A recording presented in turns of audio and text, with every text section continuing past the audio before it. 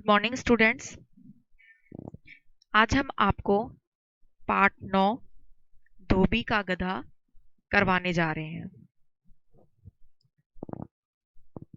इस पाठ के लेखिका सुधा मूर्ति जी हैं, जिन्होंने हमें इस कहानी के माध्यम से यह समझाना चाहा है कि किसी भी बात को सुने और समझे बिना हमें किसी के कहने में नहीं आना चाहिए। तो बच्चों, आप अपनी बुक ओपन कीजिए, पाठ 9 धोबी का गधा। तो चलिए हम अपनी कहानी शुरू करें।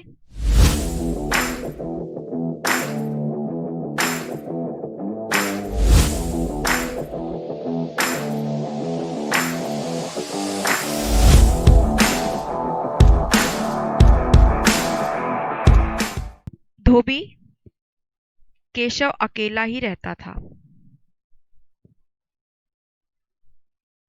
वह अपने गधे के साथ रहता था, इतना उससे प्यार करता था कि उसके बिना यह बेचैन हो जाता था।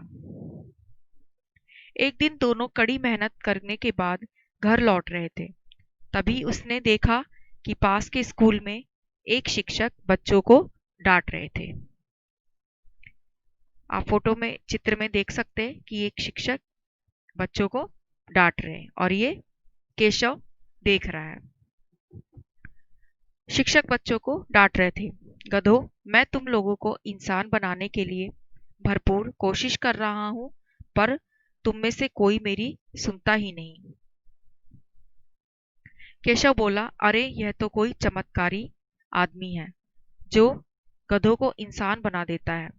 केशव ने सोचा, यह तो मेरे गधे को भी इंसान बना सकता है।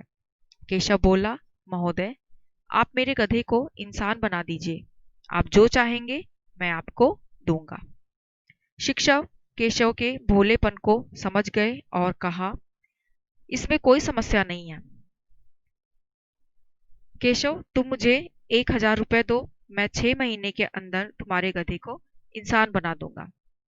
6 महीने बीत गए। केशव अपने मित्र को लेने गया। शिक्षक चालाक था, उसने पीछा छुड़ाने के लिए झूठ बोल दिया कि तुम्हारा गधा बहुत बुद्धिमान हो गया है और मेरे घर से भाग गया है। अब वह अगले गांव में प्रधान बन गया है। केशव प्रधान के पास पहुंचा, कहा, तुम मुझसे बचकर नहीं जा सकते, चलो घर चलो। प्रधान समझ गया कहीं कुछ गड़बड़ है। प्रधान बोला, मैं वह व्यक्ति नहीं हूं, तुम जाओ साधु से मिलो, वह तुम्हें हर बात विस्तार से समझा देंगे। वह साधु के पास गया और बोला, तुम साधु बनने का नाटक बंद करो, आखिर तुम मेरे गधे ही हो ना।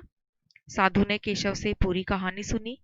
केशव, तुमने समझा नहीं, वह केवल एक मुहावरा था जिसे तुमने गलत समझ लिया।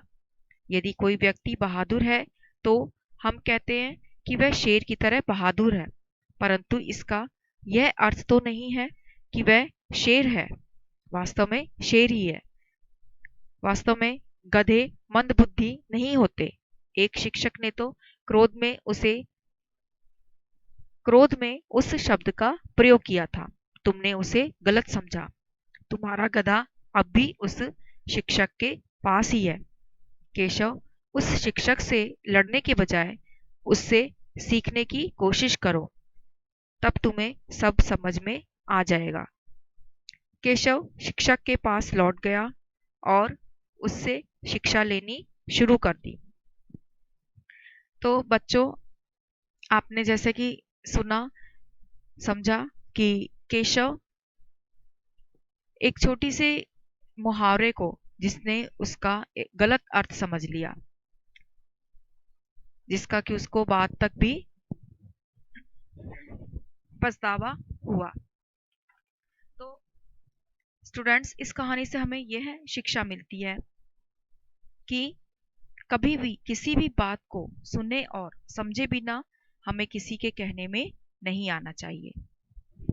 तो स्टूडेंट्स, आज हमने आपको पार्ट 9 धोबी का गधा अच्छी तरह समझा दिया है और आपको वर्कशीट में कठिन शब्द दिए जाएंगे और प्रश्न उत्तर भी करवाए जाएंगे।